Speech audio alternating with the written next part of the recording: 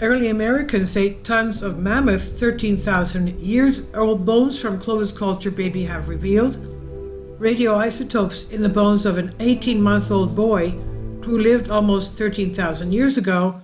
We know that is about the time of the Younger Dryas period and the Clovis comet impact.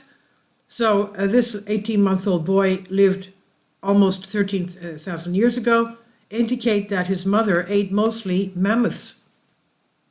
Early indigenous Americans relied heavily on meat from mammoths to survive, according to a new study which suggests that they were top-notch experts at hunting the massive beasts.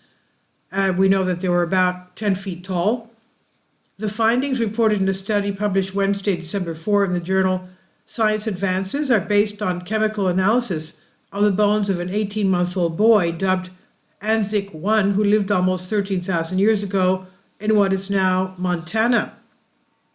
The boy was probably still breastfeeding, and the results reveal that the diet of his mother was closest to that of the now extinct scimitar cat, a mammoth specialist, the researchers wrote in the study.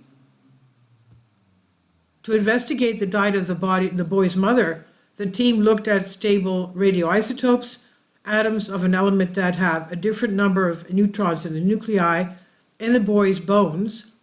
The technique measures the distinctive abundance of specific radioisotopes, which can be used to reconstruct the diet of an ancient person. The boy's isotopic fingerprint was probably inherited directly from his mother and showed that mammoths were an important source of food for his entire family group, the authors wrote in the study. And that in turn suggests that people from the Western Clovis culture to which the boy belonged were regularly hunting mammoths, and to a lesser extent elk, bison, and a now extinct genus of camelops.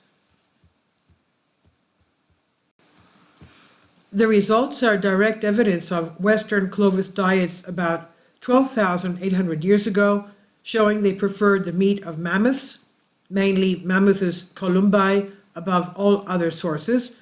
Contrary to theories, they mainly hunted smaller game, the authors wrote in their paper.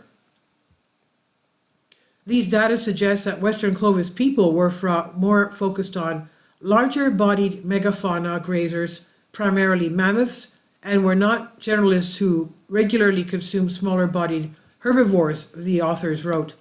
We know that mammoths, of course, again, were herbivores also. The ancient Americans, the Clovis people lived in North America between about 13,000 and 12,700 years ago.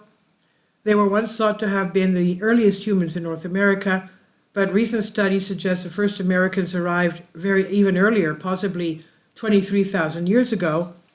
Mammoths also roamed the Americas at the time and migrated for long distances, making them a reliable source of fat and protein for early humans, the authors wrote. The focus on mammoths helps explain how Clovis people could spread throughout North America and into South America in just a few hundred years. Co-lead author Ben Porter, archaeologist at the University of Alaska Fairbanks, added that the results of the study confirmed that what had been found at other archaeological sites. He said that hunting mammoths provided a flexible way of life and allowed the Clovis people to move into new areas without having to rely on smaller game animals, which could vary from one region to the next. This mobility aligns with what we see in Clovis technology and settlement patterns. They were highly mobile, Potter explained.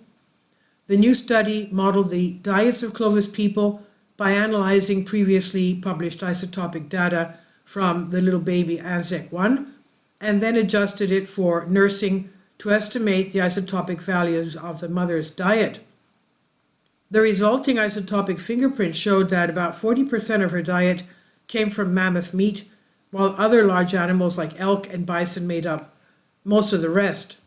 And the result also showed that small mammals played a very minor role in the ancient woman's diet. Contrary to ideas that they may have been an important food source, the authors also suggest that the Clovis preference for mammoth meat may have played a part in the demise of these giant beasts in America towards the end of the last ice age.